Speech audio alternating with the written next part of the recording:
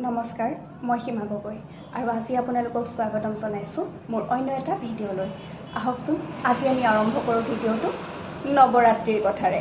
সকলোৱে জানো যে নৱৰাত্ৰি আহি আছে।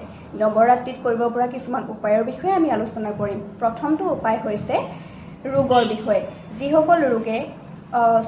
যিসকল লোকে দীৰ্ঘদিনৰ পৰা ৰোগত ভুগি আছে, বিষে জ্বৰে কোঙা কৰি পেলাইছে, মানসিক অস্থিৰতা, অশান্তি, বিভিন্ন ধৰণৰ বিশৃংখলতাই তেওঁলোকক বিচলিত কৰি তুলিছে, সেইসকল ব্যক্তিয়ে তিল তৰ্পণ কৰিব পাৰে।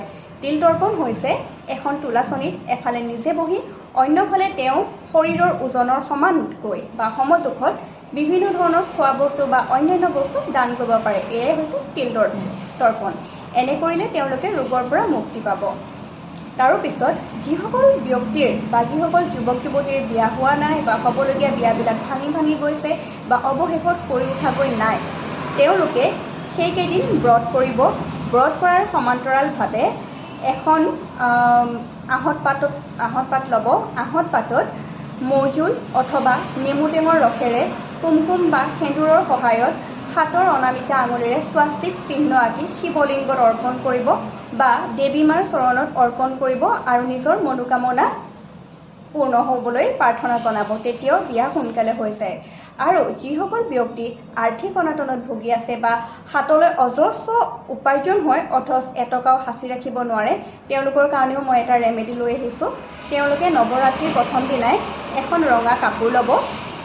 কাপোৰখনত 5টা ইলাচি, 5টা লং, 5টা ধান, 5টা তিল, 5টা সৰিয়হ আৰু এটুকুৰা হালধি, এটা এটকীয়া মুদ্ৰা আৰু 10 টকীয়া, 5 টকীয়া, 100 টকীয়া বা 50 টকীয়া যোনে যিটো সুবিধা পায় তেনেকুৱা এটা নোট ল'ব আৰু সেইটো একে উশাহেৰে 3টা গাঁঠি দি পেলাই কাপোৰখন থাপনাত থৈ দিব আৰু সেই 9 দিনৰ পিছত সেয়া উঠাই আনি পেলাই আপোনালোকে য'ত পইচা পাতি ৰাখে সেই ঠাইতে ৰাখিব পাৰিব। তেতিয়া আৰ্থিক অনাটন দূৰ হয়।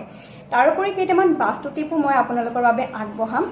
যদিহে ঘৰখনত অধিক ব্যংগাত্মক বা নিগেটিভ এনাৰ্জি অনুভৱ কৰে, তেতিয়া আপোনালোকে ঘৰ মচোতে সদায় নিমখ ব্যৱহাৰ কৰিব আৰু সদায় চিচাৰৰ পাত্ৰত নিমখ ৰাখিব। তাৰোপৰি সেই নিমখত 5টা লং ভৰাই থ'ব। তেতিয়া দেৱী মাৰ কৃপাপ্ৰাপ্ত হয়, বিশেষকৈ লক্ষ্মী দেৱীৰ। যেতিয়া আপোনালোকে কোনো কামত বা কোনো সাক্ষাৎকাৰৰ বাবে ওলাই যাব, বিশেষকৈ শুক্ৰবাৰৰ দিনত বাওঁ কান্ধত সুগন্ধি ব্যৱহাৰ কৰিব, অৰ্থাৎ স্প্ৰে মাৰি যাব। তেতিয়া শুক্ৰ গ্ৰহ বলি হয় আৰু আপোনালোক সফল হ'ব পাৰে। তাৰোপৰি যদিহে কাৰোবাৰ শনি অশুভ হৈ আছে, তেন্তে এই নৱৰাত্ৰি কেইদিনত আপোনালোকে মিঠাতেল, কলা কাপোৰ, জোতা, চেণ্ডেল এইবিলাক যদি দান কৰে শনি দোষৰ পৰাও পৰিত্ৰাণ পাব। মোৰ এটা গ্ৰুপ আছে যিটোৰ নাম হৈছে ডিভাইন পাৱাৰ।